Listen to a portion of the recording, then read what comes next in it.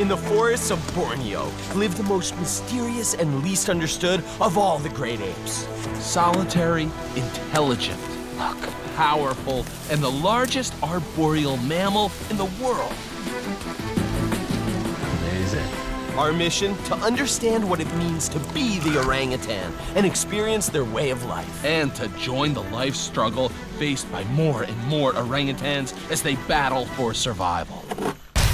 Be an insider in the creature world. That's the mission. The Krat brothers, dropped in remote regions to live with the creatures.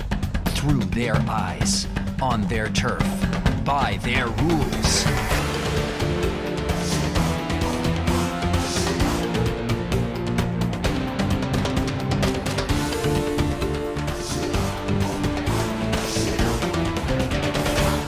Be the creature.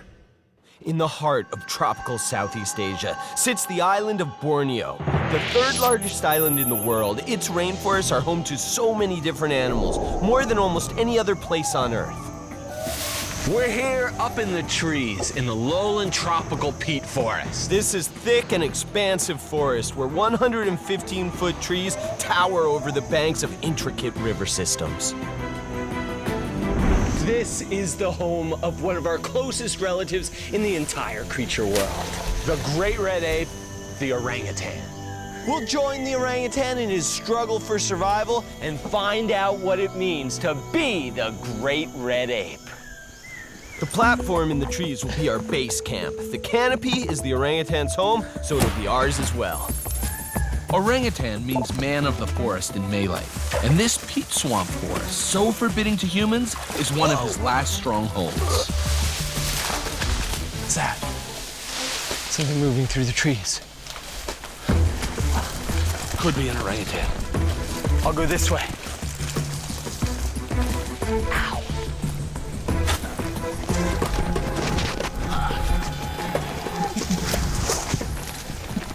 Hear that? That's it, Chris. That's the flange male. Big guys, dominant males. Is that him? Oh, yeah. This way, Chris. Up here. Oh, yeah. Come here. Check it out. There he is. Yes, this is only one of 24,000 orangutans left in the entire world. He's huge. Wow. You are looking at the world's largest tree-dwelling mammals. These guys can get up to 200 pounds. They're called flange males because of those huge cheek pads on the side of their face. Made of a fibrous, fatty tissue. They just get bigger and bigger and more impressive looking as he gets older. Those flanges start to develop when they're between 8 to 15 years old. That's what attracts the females. And look at that hanging throat sac. That's used to transmit their territorial call as far and wide through the forest as possible. Plus, they look really cool. The pads make his face look huge. There's beady little eyes in there. Probably one of the most bizarre looking primates, definitely the most bizarre looking ape, is the big cheek pad male. And you know, when you really look at him, you can see how we share 97% of our DNA with orangs. I mean, with just a few modifications, we'd look just like this guy. Okay, we're gonna need to build up these cheeks quite a bit. We'll have to take some fatty tissue from the buttocks and insert them here and on this side. The bigger the cheek pads, the more dominant the male, and that attracts the females. All right, the lips. They need to jut out more. Some collagen treatments in the lip right underneath here. Orang lips can manipulate objects better than even their hands can. They can even use their lower lip to look at the food they're eating. Now you can see that Martin's nose is a real mess.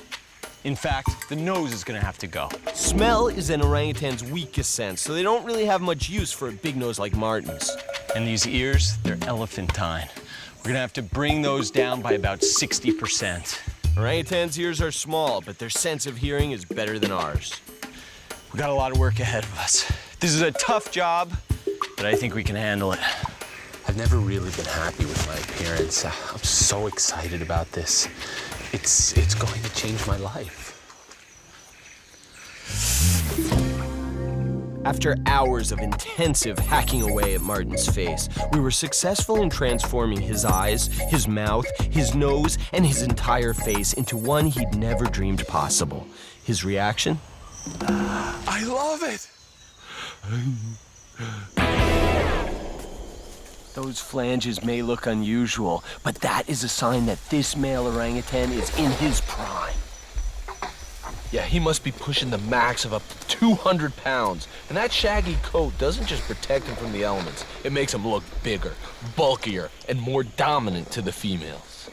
If you ask me, he doesn't need to look more dominant. Man. Such a massive creature, but so comfortable in the trees. He knows that vine is going to hold him. He's just in total control. It's going higher. They're heavy and they're strong, over 7 times the strength of you or I. And even though they're so massive, they live almost entirely in the trees. Amazing. This is the second largest member of the ape family, a group that includes the gorilla, which is the largest, the chimpanzee, the orangutan, and the gibbon. So what makes an ape instead of a monkey? For one thing, most monkeys have tails. Apes don't. Also, the average size for a monkey is 16 pounds. Apes are much bigger, up to 605 pounds. But most importantly, it's intelligence. Apes evolved later and have much larger brains relative to their size. An ape brain is 5 times larger than a monkey brain on average. Do you hear that? That.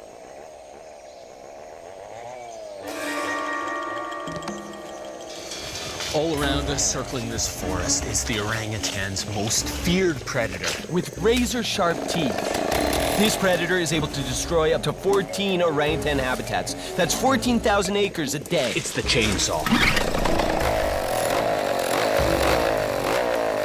This flange male is on the run, but he's one of the lucky few Who have avoided the loss of their forest home and the certain death that comes with the roar of the chainsaw.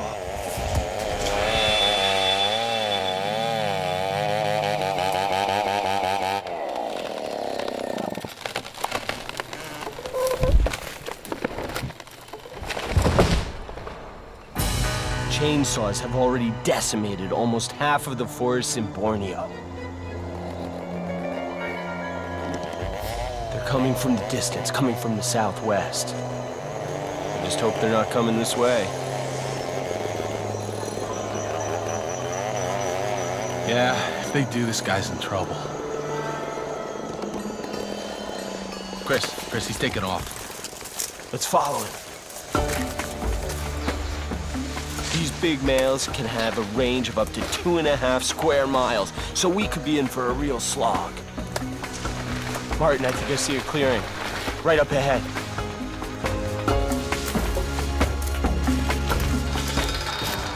Whoa!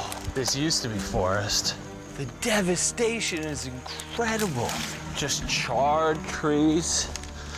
Some ferns making a comeback, but there won't be forest here for 50 years, not primary forest for hundreds. Imagine if you were orangutan coming to the edge of your territory and you found this. It would be like half your town being blown up by a bomb or half your house being torched by a fire. If this is your habitat, there's nowhere to go. You can't go next door. That territory is being taken up by another orangutan. There are limited food resources out there. And there's no future for the orangutan this way. Only in the forest that remains. And this guy is headed back in, safe for now.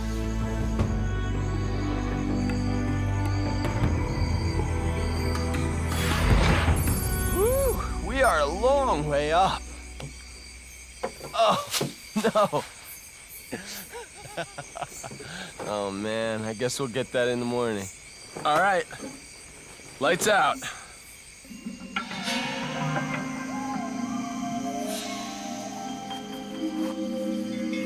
You really have a good view from up here. I know. What's going on over there? We unclipped ourselves from our safety harnesses, and it wasn't long before we were down the tree and on the orangutan's trail.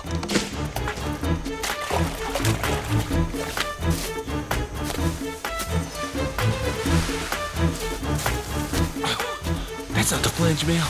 It's a different wild orang. Oh, it's a mom and baby. Whoa!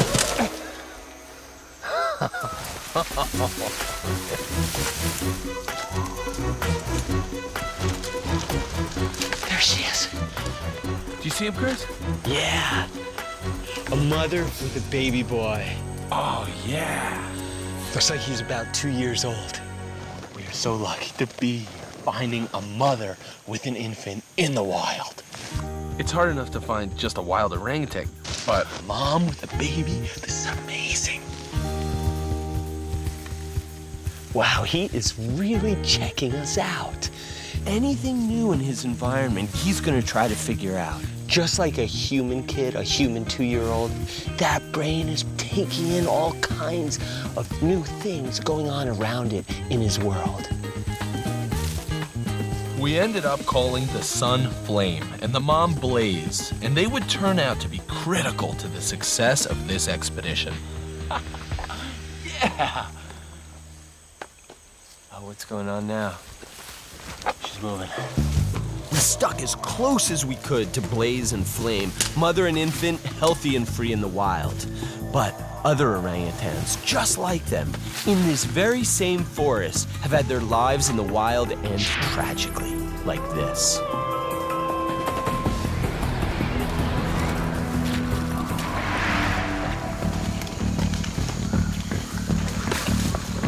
Itu tuh, di sana, di sana.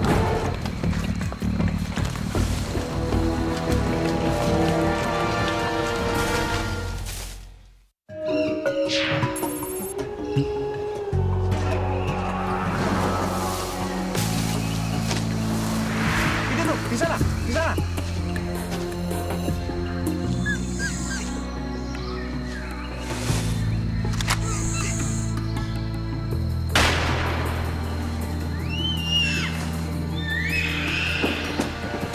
Tangkap bayinya, tangkap bayinya, tangkap.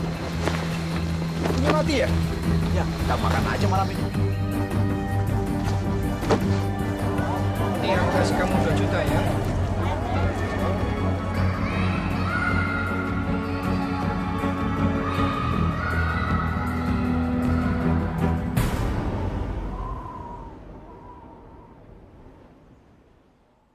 Come on, you can do it. Fight your way back. Fight. He's waking up. This is the Nyaru Menteng Orangutan Reintroduction Center, where this young 2-year-old was rescued from the illegal pet trade, suffering from seizures. And now the center's doctors and workers are trying to give it a fighting chance, rehabilitate it, and return it to the wild. Hundreds of orangutans go through this nightmare every year. They're left motherless, and many of the orangutans that arrive here are in need of immediate and intensive medical care. So, Lona, now do we just wait for him to recover? There isn't much else we can do. He's got fluids on his lungs. Right. We're right now trying to give him a very strong antibiotic. It can be a long struggle. It'll take weeks before he's back on his feet again. Right. Let's hope he pulls through, because if he does, he'll end up with the 282 other orphans at the Reintroduction Center. This is Pimu. And this is Truckle. And these orangutans around us are all orphans. But luckily for them, they have ended up here. This is the sanctuary. This is orangutan school, where all these orphans can start learning the skills they need to know to make a successful journey back to the wild. The orphans here are just a fraction of the orangutan babies who lose their mothers. Oh, hello, Connie. Each orphan has their own story. Connie's ear was burned off when she was a pet in somebody's home. And KK became blind in a laboratory. And here they can finally get the attention they need because Psychologically, emotionally, they need the connection to another being. And since their mothers are gone, it's gotta be us. Our job now is to step into the critical role of surrogate mother. Together, Martin and I, along with the other surrogate moms at the center, will try to teach them how to be an orangutan and fight their way back into the wild. Flame and Blaze and the other wild orangutans would help show us what orphan orangs need to know. Look. Ooh, this is good. Martin, I'm gonna check out what she's eating.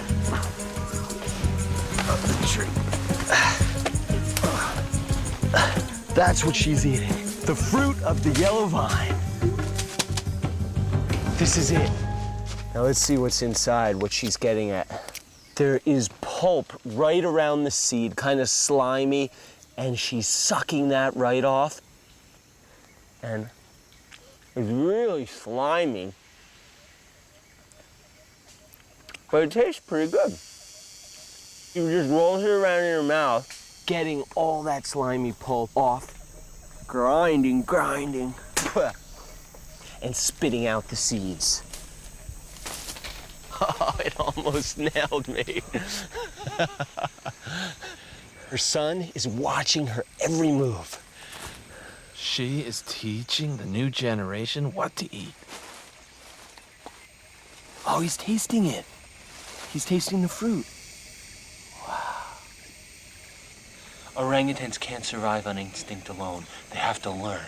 And sharing food is the best way to learn what to eat.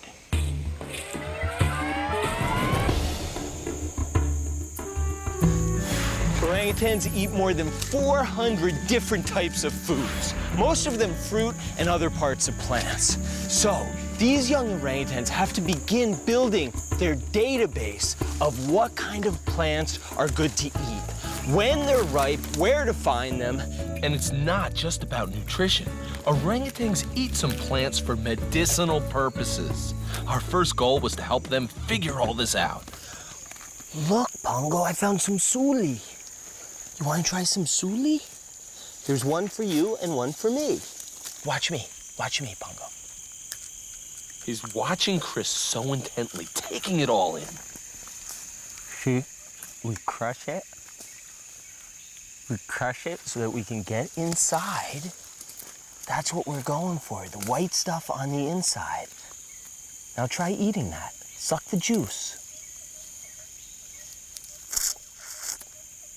Orangutan brains are like sponges.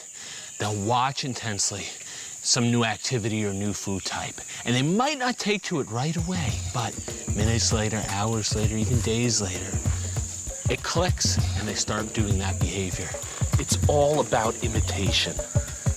So if I rip into the wood enough, he might start doing it too. See, look, there's holes in there. Holes where grubs live. You can rip it like that. Ooh. Did you see that grub? Yeah, good job. Want to try? Dig in there. You try. You did it! I got that one, and you got that one. You can eat it. Look, here, I'll show you. You try.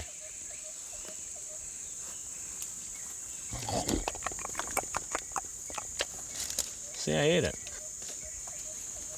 Want me to get you another one? Okay, here you go. Here's another one. Who wants to eat that one? Ooh.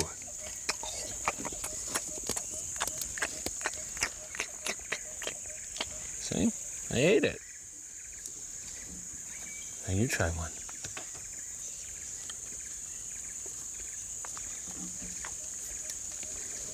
You want to try it?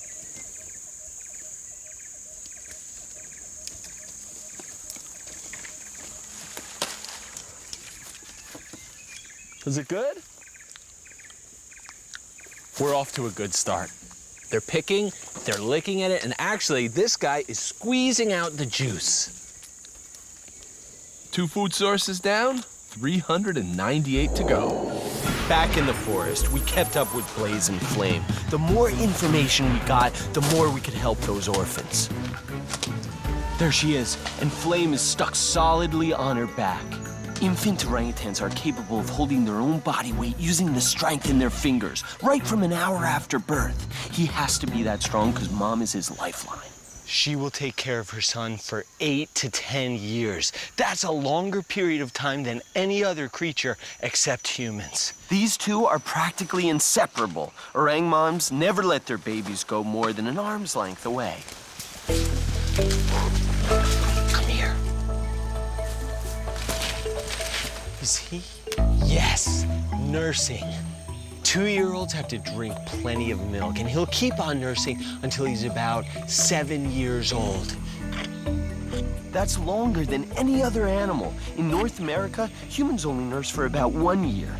Orangutan parenting is all the mother's responsibility. Flame's dad is long gone. They don't stick around to help bring up the young orangutan. They breed with the female, and then they're off, once again living their solitary life. As Blaze and Flame settled into their daybed, we headed out to rejoin the flange male.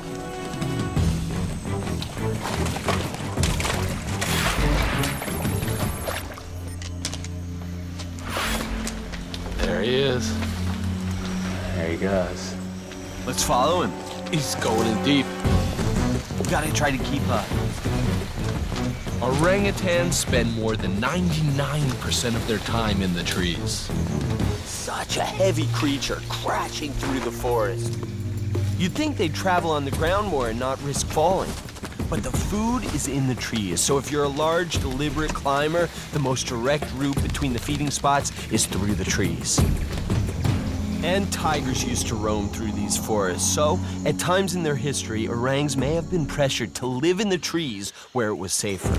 Not to mention that this forest used to be almost completely underwater, even wetter and muckier than it is today. It got me! Any toilet paper? Chris, I need some toilet paper. Where'd he go? Oh, there he is. Chainsaw.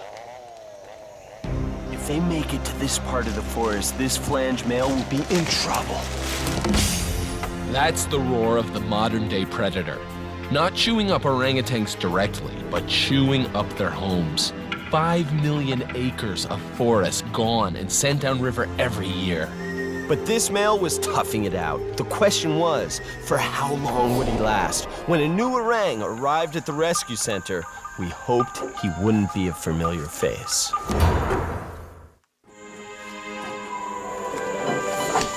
In the crate here is a huge adult male orangutan. He was found wandering around the road in a palm oil plantation. His home gone, his habitat gone. He had nowhere else to go but the plantation in search of food. Now we're getting ready to relocate him into some good orangutan habitat. Give him a second chance in the wild. Oh yeah, he is a big male with huge cheek pouches. But definitely not one we've seen before. The first thing we needed to do was sedate him.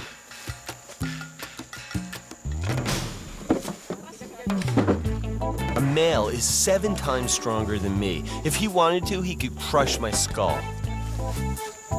Yeah, he's going down. The tranquilizer's beginning to take effect. Shouldn't be long now. And now he's ready to be moved and given a full medical checkup.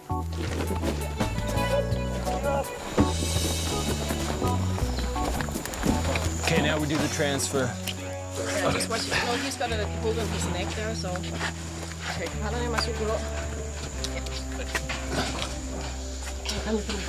That is a very solid animal. At least 160 pounds. Pure muscle. And there he'll be. We'll take more samples, check his blood, make sure he's in good physical condition so that we can release him into the wild. Now these fingerprints will go into a database so that he can be identified if he's ever found again. The thumb is the only finger that's shorter than mine. Look at this massive hand, about twice the size of my hand. And his teeth could crush a coconut, but they can also tell us his age. 5 molars, so he's about 15 to 16 years old, at least. should we call him? Samson, Tarzan. Zeus is good. All right. His life was turned upside down, but if at all possible, we'd make sure that Zeus found his way back to the wild. As for the orphans, every day they were growing more and more prepared. This forest behind the center is the playground for the young orangutans. They come here every day, spend all day out here training and learning how to get around in the wild. How are you swinging? We're gonna help you swing. Whoa. You have a good grip there. Maybe you don't have such a good grip. It's an absolute priority that these guys know how to move through the forest, because falling from these heights can mean death. They still need practice. These guys have got to know about the physics of the forest, because this branch isn't holding my weight anymore. So I've got to think fast, and I need to grab on to something else. Thanks, bud. I'm gonna try to maneuver over like you are. You got that tree? Let me use the vine. Come on. You don't need it anymore. You've got the tree. Come on. I'm dying here. Whoa. Okay, I'm loose.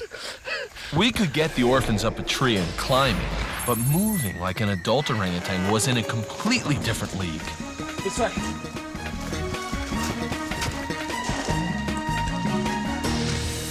There she is, bending the tree in order to reach for the next. She uses her body weight to vault. Boom, and she lets go of the branch. That's how they move, using trees as pole vaults. Look at her go. Her proportions of her arms and her legs are so different than ours. They're much better suited for climbing with super long arms and much shorter legs. Orangutan arms are 30% longer than their legs.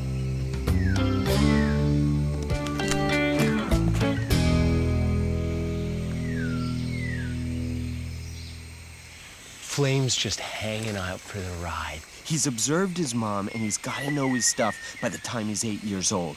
He's going to be 10 times the size he is now, and he's got to know which branches will hold him. An orangutan has 4 ways to hold on: 2 hands plus 2 feet. When moving, they almost always hold on in at least 2 places. You could think of it as safety lines, because orangutans are so big and heavy. And to make huge leaps like lighter monkeys is just not an option.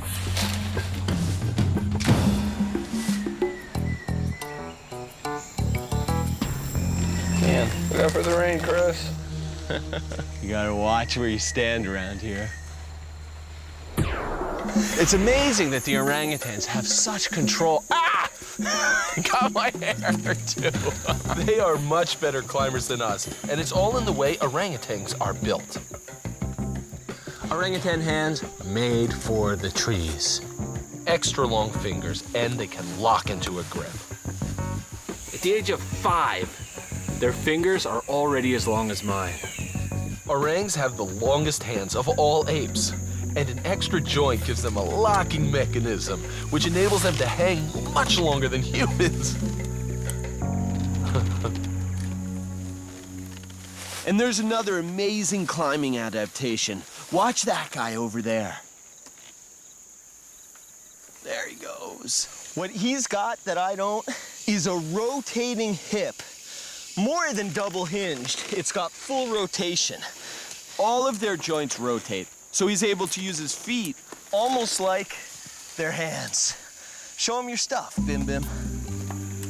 No other ape has got joints that are so mobile, a full 360 degrees, just like our shoulder joints, unique in the creature world.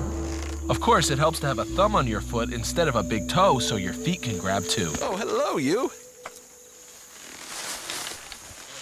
Come on, guys, we're moving to a new section of forest.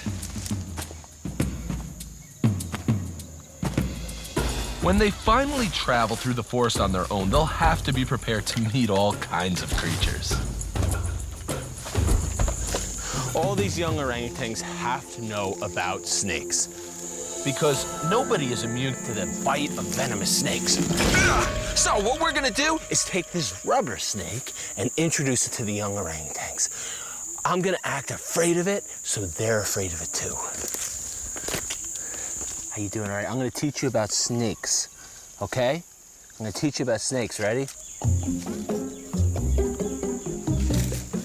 Look at this, a snake, run, run. Oh no, oh no, oh no, ah, ah. It worked. Look where he went, right over to Chris. Excellent, you run from snakes, that's what you do. Wow, he learns fast. Orangutans are smart.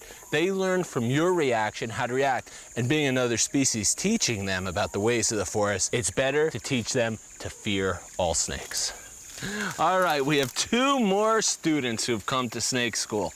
Let's try it with the 3 of you. Just do it here. So this guy. Uh-oh, snake, snake, run, run away, run. Snake, ah, go run. The other 2 took off, but this one didn't. We'll have to keep trying. Spending this time with these young orangutans, it was impossible not to see the intelligence in their eyes. So observant, so thoughtful. They were like children. Orangutans are known for being very curious about the things and the happenings in their environment. They manipulate things for so long. And these are some of the signs of intelligence. So you can tell these creatures are smart. But just how smart are they? How does orangutan intelligence stack up against the other apes? The chimpanzee, the gorilla?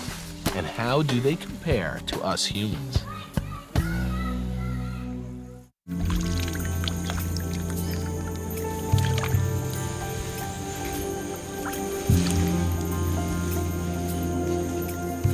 Recognition of self in a reflection is one of the things intelligent animals like humans can do, and orangutans can do it too.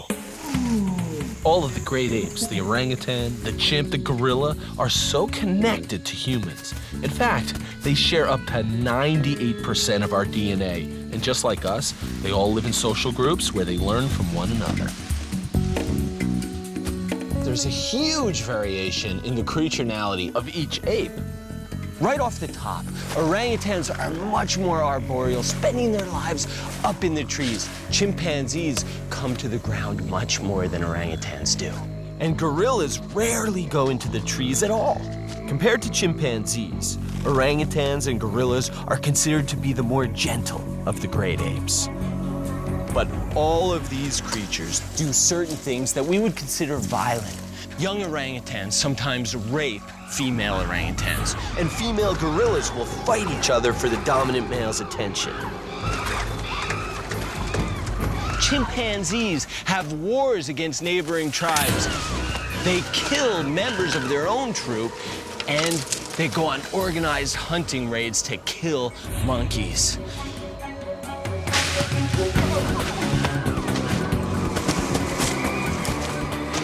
Strangely enough, all these things are things humans do too. And maybe more than anything else, what makes the great apes so much like humans is their brain power.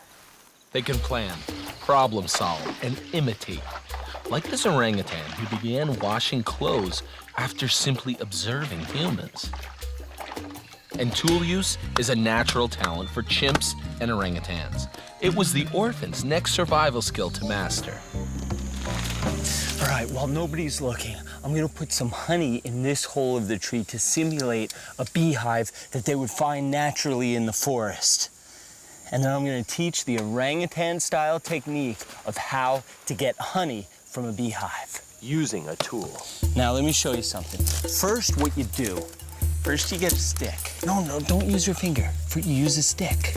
Buddy, not your lips, not your lips. The bees will sting you. Here, use the stick. Watch me, watch me. Look at this, watch this. Watch the stick, watch the stick.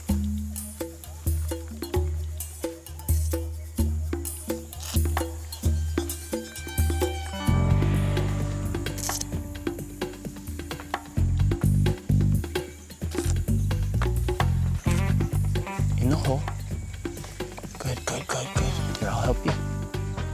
Yeah. In the hole. He's getting a little frustrated using the stick. He doesn't have quite the dexterity to be able to stick it into the hole yet. It always gets stuck around the edges. Put it in. Put it in.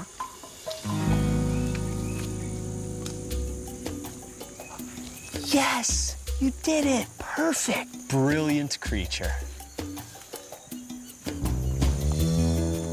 Excellent.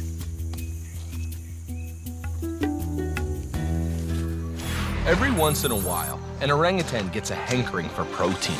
They'll eat eggs, chicks, squirrels, but insects are a major satisfier of the protein craving. She's got a termite stick in her mouth. Termites are a great source of protein for an orangutan, and they can be found burrowed inside wood.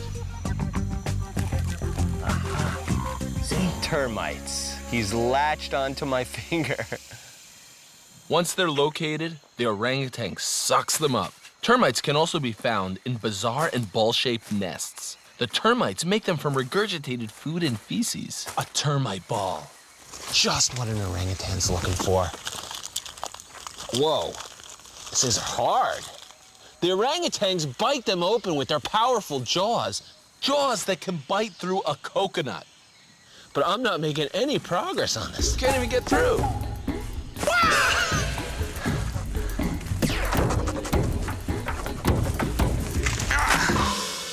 And there they are, tiny little termites. So what the orangutan does is just put those big orangutan lips in there. Not bad, good protein. The orphans picked up termite hunting fast. Look, look, look at all these. Termite bonanza. Yeah. Great, good, dig into it. Oh yes, right down there. Yeah, they love termites. These guys are well on their way to heading back into the wild. And so is Zeus. He passed his physical, finished quarantine, and his re-release was just a matter of days away.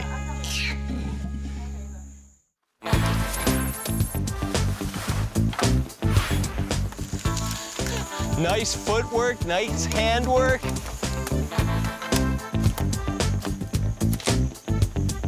After spending months, even years, learning what to eat and what not to eat, and how to move, and every skill necessary to become a wild orangutan, some of these orphans are ready for their next step in their return to the wild. Before final release, it's pre-release at Kaja Island. We're heading out to the pre-release islands with a big sack of food for the orangutans. This supplements their diet at this key transitional stage where they're moving from being totally cared for in captivity to being completely independent and on their own in the wild. There's one. Oh, yeah. It's cool to see them on the riverbank. Yeah. These islands are perfect pre-release sites because they're controlled, but without any fences, without any barriers except the natural barrier of the river. Orangutans hate to swim. This is the spot. There it is. All right. Here are some of the inhabitants on the island coming to greet us. The residents of this island are anywhere from 5 to 15 years old. Most of them are about 7 to 10. It's the transition phase. They have very little contact with people from the days at the orangutan school. Chris, one's into some termites. Oh yeah, they're finding food on their own. Let's find a place to dock on this island. This little branch of the river will take us deeper inside the forest, and we'll be closer to the feeding spot. You can tell by the way they're all gathering that they still need that supplemental food. They're not ready to go it on their own in the wild yet. There are 44 orangutans living on this 108-hectare island. In the wild, an area this size could support maybe 2 orangutans. So the supplemental feeding isn't just about training, it's also about survival for now.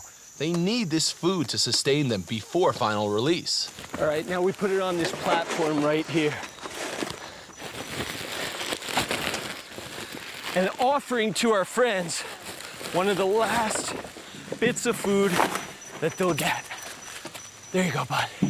Soon they'll have to completely fend for themselves.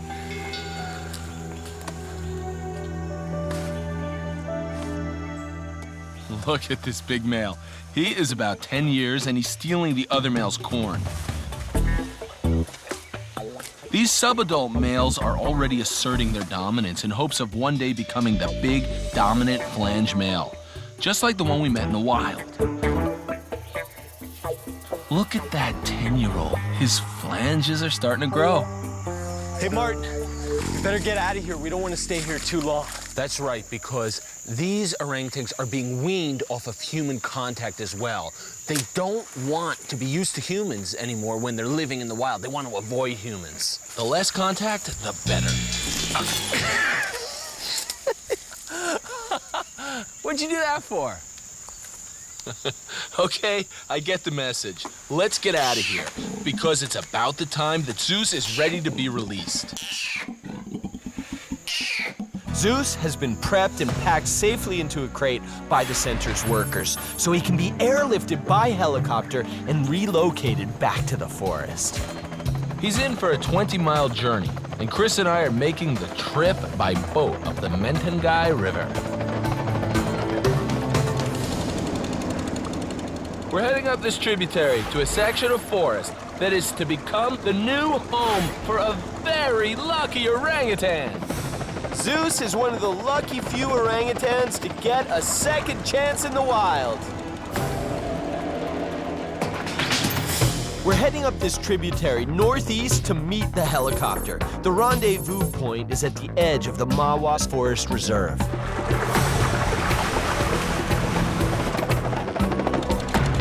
Got some pig stuff.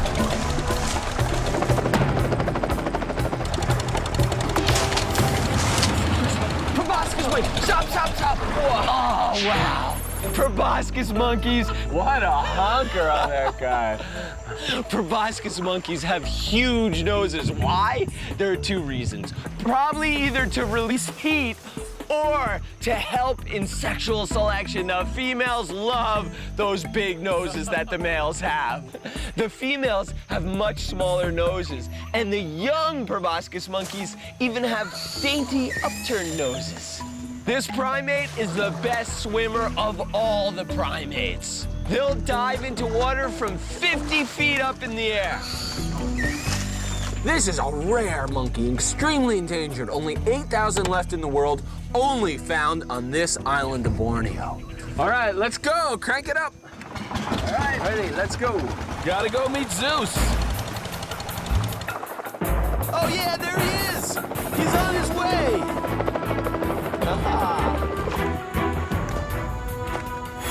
Okay, we picked a patch of forest that has some orangutans, but fewer than the forest can hold. So there's room in this forest for more orangutans. It was once a logging project that was since halted and stopped. And now this forest is protected, so it's a great place for new orangutans. This is the spot where we're meeting the helicopter. We've got a big team on the ground. Once it's cleared, it's the drop zone. And then we're gonna release him. All right, looks good. Now it's just a waiting game.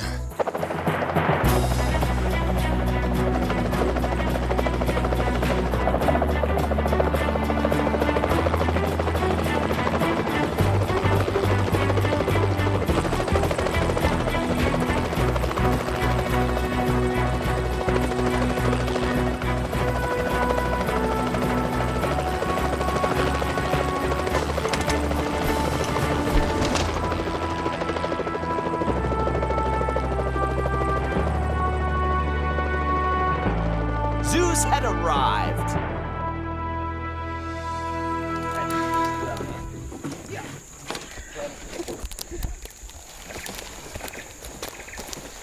Here. There's his hand. He's ready to go. 1, 2, 3, go. He's sitting tight, but he might go any second. Okay, nothing really goes according to plan. We're all set for the orangutan to make a quick break. But it's about half an hour now. He's barely moved. He's eating the bananas inside and doesn't want to go anywhere. He's got some great food. He's comfortable in there. We're on orangutan time. He's moving a little, 2 hands out now.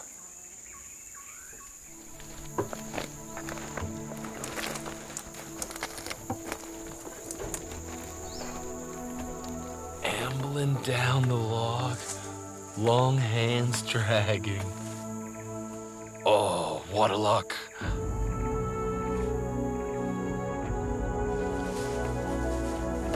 Back to the forest. Living free and in the wild. That was great. The man of the forest returns home. What a creature. It's great to be able to help them. Zeus was one of the lucky ones, and we hope each and every orangutan at the rescue center will eventually complete his or her own journey home. Home to a life where they can once again be the orangutan, a truly great ape.